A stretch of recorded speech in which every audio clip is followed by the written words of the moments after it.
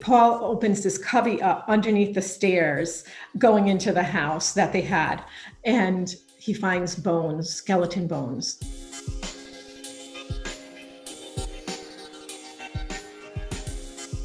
Hi, I'm Suzanne Caldeira with Guaranteed Rate, and maybe you are online on Google searching for a home inspector, and I really think that you're going to be delighted today because I get a chance to sit with Lisa Miranda, who's the co-owner of HouseMaster. Today, it's about getting to know Lisa, a little bit about the business, and just so that you can see a little bit behind who you might consider to inspect your new home or your existing home. So, Lisa, thanks for saying yes to this. I'm delighted to have you on here. You're welcome, Suzanne. It's a pleasure to be here with you and to share my experience as co-owner of HouseMaster. And we've owned our franchise for about 4.5 years, and it has been going well. And what I really enjoy is talking to buyers, sellers, and trying to educate people on also keeping their home maintained, because that is very important. So that way you can keep the value of your home up. And when it comes to inspection time, you won't get those fair or poor ratings that you would get satisfactory because your home is current and up to date. So that's something that we love to do and strive for, is educating homeowners. Once they're clients with us, we send a newsletter quarterly out on little tips and things that you check off to maintain your home during the spring, summer, winter, and fall. I like that you say that, because that was one of the things that I noticed. And actually, it was Paul that got my attention on LinkedIn with the things that he was posting, because it wasn't just, hey, hire me. It was stuff of value and stuff that I really felt that, hey, as a homeowner, I need to know this stuff. But I'd love to know more, a little bit on your background. Where did you grow up? Where are you originally from? I'm from Warren, Rhode Island. I grew up there, and then I've been in Bristol for, I would say, close to 40 years now.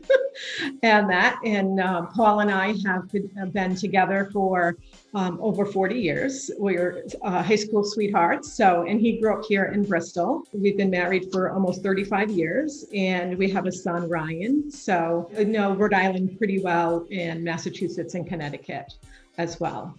Yeah, you're entrenched in that East Bay area. It's in your blood. The high school sweetheart thing is adorable. I think you had told me a story of how you guys had met at like a local breakfast shop or something like that? It was pizza. Okay. And it wasn't that we met there.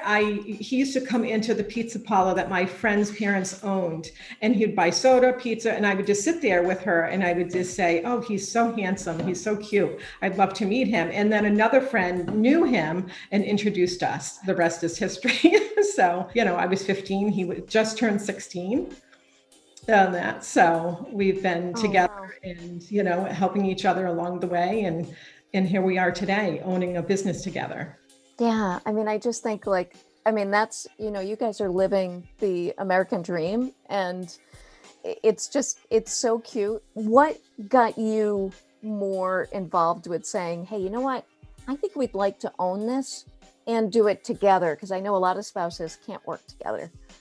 So he actually bought the franchise originally, and I just helped him, in my spare time, which wasn't much, but I did help him along the way and helped behind the scenes. I was working at Brown University. I worked there for 22 years before I decided, okay, we needed to focus on our business. And so about 1.5 years into the business, that's when I left Brown and decided, okay, I need to help build our business and also to help our customers as well, because that's something that I've really enjoyed over the years is, educating people and trying to network with people as well. That's a passion of mine.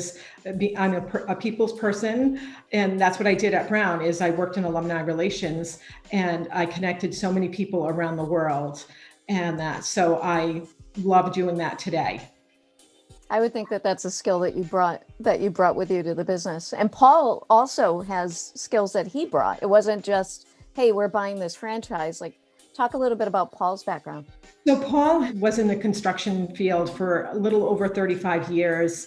and he owned his own business. He had a business partner as well for about 15 years, and he built custom homes throughout Rhode Island, mostly in the Jamestown, Newport area, and even I guess Middletown and stuff, but they were well known for custom built homes and stuff. So if they always, especially if they had some complex roof that they were putting together, I remember them spreading the blueprints out on the table and discussing it. And it's like, okay, how do they tackle that roof? And if it was something new, they loved a challenge. So that was always good to see. And, he's proud of that. And so now that he retired from that, it's now educating people that are buying the home that is important to him is, okay, what are the things that you can't see with your regular eyes if you're not trained to look for certain things in the home?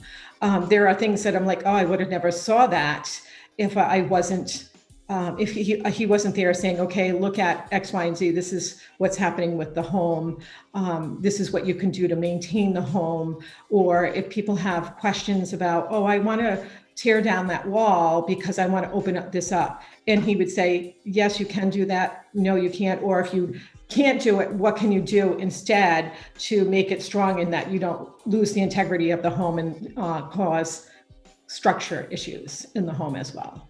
With his background and being in construction, or having been in construction, is there certain licensing things that are required for inspectors in Rhode Island and Massachusetts, or is it just like, hey, you can get a franchise? Like, where's the difference there? In Rhode Island, you do have to be licensed, you have to be insured, and the same with owning a franchise. They make sure each one has their own set of criteria that you have to have in terms of insurance, in terms of licensing. And for HouseMaster, you have to go through HouseMaster's training.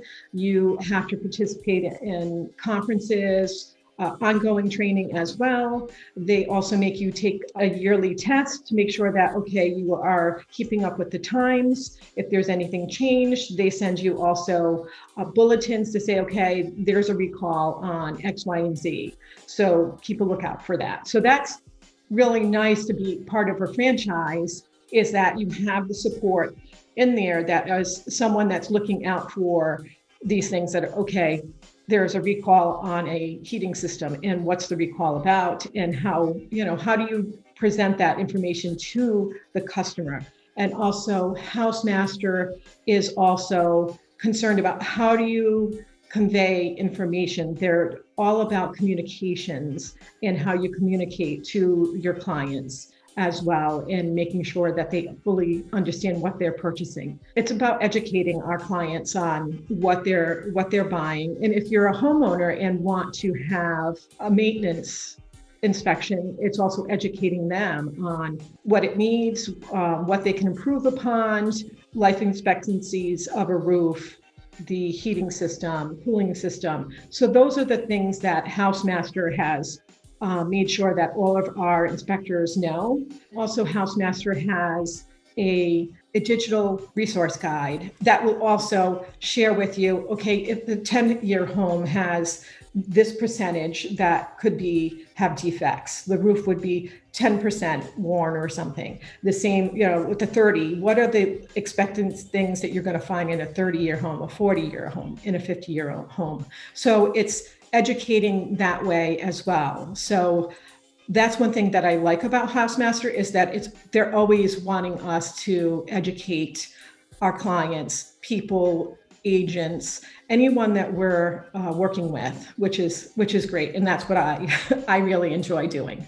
Yeah, I can feel it as you're talking about it, because that education piece, and I think being held to a different standard and having to answer to, not that you're answering to them, it's your business, but still they're making certain that you guys are aware of stuff. So we're recording this on June 18th, 2021. Now, if somebody finds this 5 or 10 years from now, randomly on Google, I know that things might change, but in today's market, and I get really nervous when it's a first-time home buyer and the agent is saying, and probably agents are going to be mad at me, but saying like, don't get a home inspection, waive it. How are you conveying that to a buyer or to people out there in your education of why it's important just to know? I mean, maybe the seller won't do anything, but just to know what to expect, like, can you talk about some of that? So a home inspection, regardless in this market or not, it's really to educate you about the home.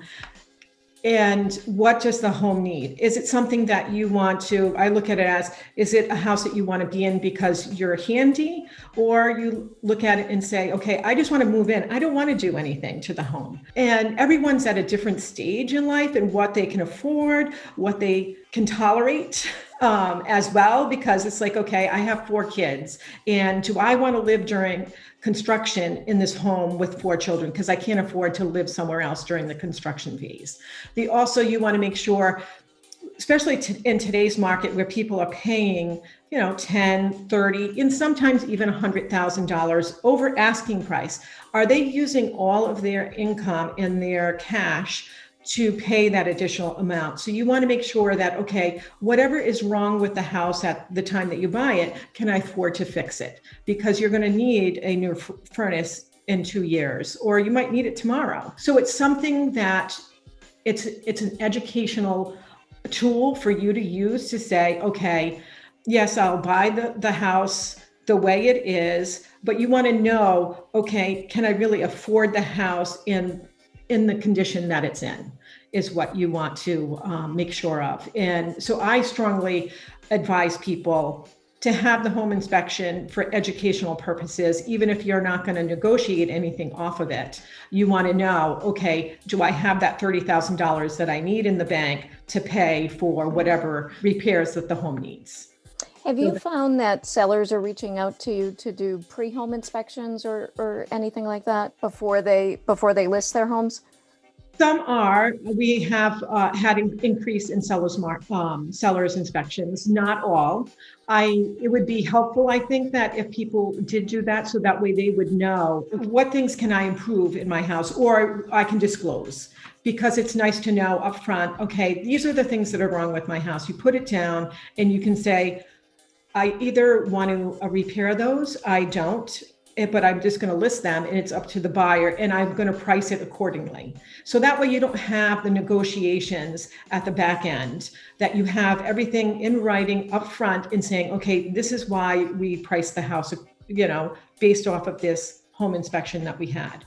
And that's helpful to, because we all love our homes and we take pride in our homes regardless. But there's things that we just don't see that a home inspector sees. even if it's a new construction, there possibly could be things wrong with it that people are not seeing, that it's either done poorly or it's just not done correctly. And people are like, well, it's new construction, the city will catch it or whatever.